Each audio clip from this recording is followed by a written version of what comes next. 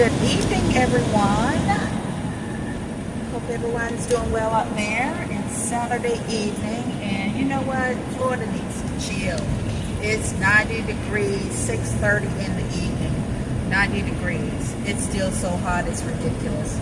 But anyway, I just wanted to make a video with a little issue that came up at work, an email that we received. I don't know if you want to call it an issue, and I don't know how I feel about it, but I was having a conversation with a coworker last week on management, the higher-ups, and the state of nursing, how everything gets put on the nurse. We have to do more and more and more and more.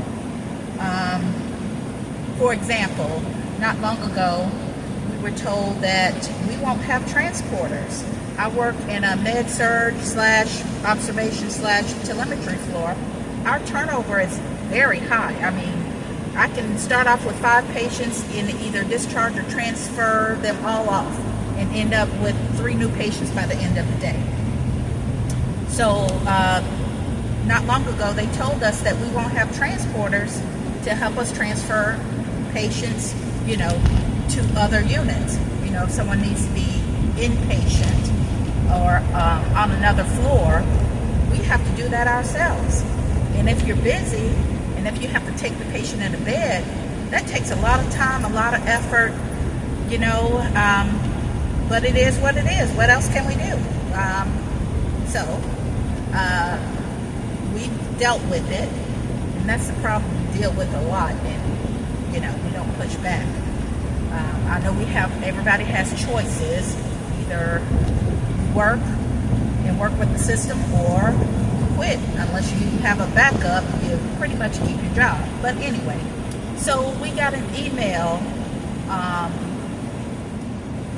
earlier in the week, on Monday, I believe, Monday or Tuesday, but I hadn't worked at this hospital all week, but anyway. And it basically says that the telemetry, I hope you guys could hear me.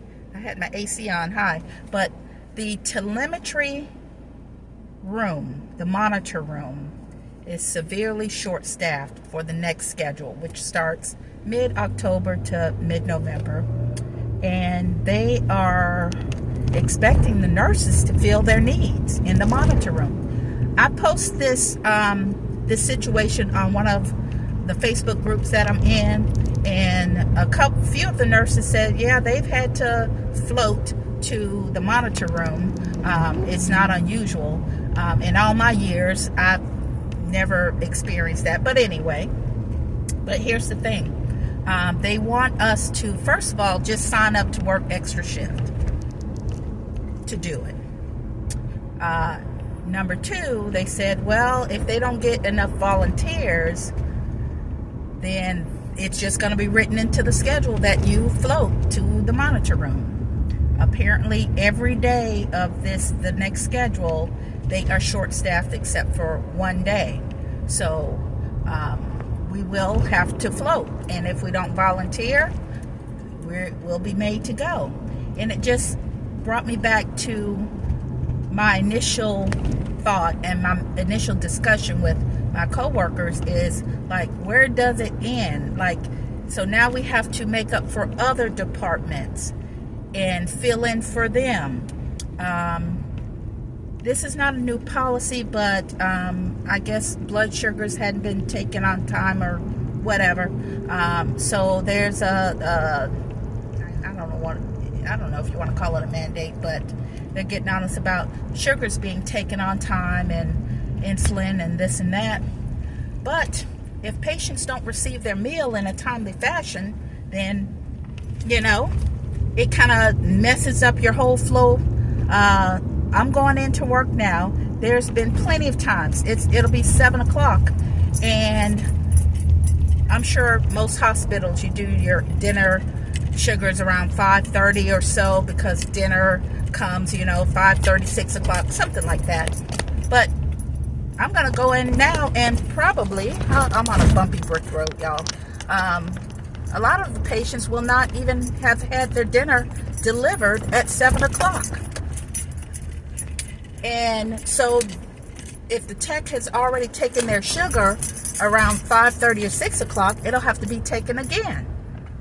And then, you know, we have our HS, bedtime sugars to take, which is in 2 hours, around 9 o'clock. So everything's going to be off.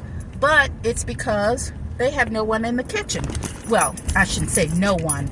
I'm assuming that they're short-staffed in the kitchen because a lot of times we come in, the night nurse has to call to get a dinner tray because they have not been delivered. So I'm going into the garage, so it's going to be dark here, y'all. But it's just frustrating, and I know I'm not the only one frustrated. I know management is frustrated. But I don't know what's going to happen with nursing. I don't know how we can get back to, I mean, I've been a nurse for a very long time, and looking back, I think we gave better care, better customer service even 10 years ago than we did now. It's hard out here, y'all. It's hard to maintain good care, good communication, teamwork, because when you're frustrated, the last thing you want is someone asking you to help do something. I mean, I don't mind, but sometimes, because you can't do this thing by yourself, for one. But I think when it comes to helping, like a whole department, you mean to tell me a whole department, we have to help this whole department in the way of staffing. But who helps the nurses when nurses are short? Nobody can help us because only a nurse can replace a nurse. Sure, I can work the monitor room. Sure, I can do what a tech does. Sure, I can call dietary. Sure, I can, you know, clean my room or whatever. Oh, and that's another thing. I think this has been going on for a while.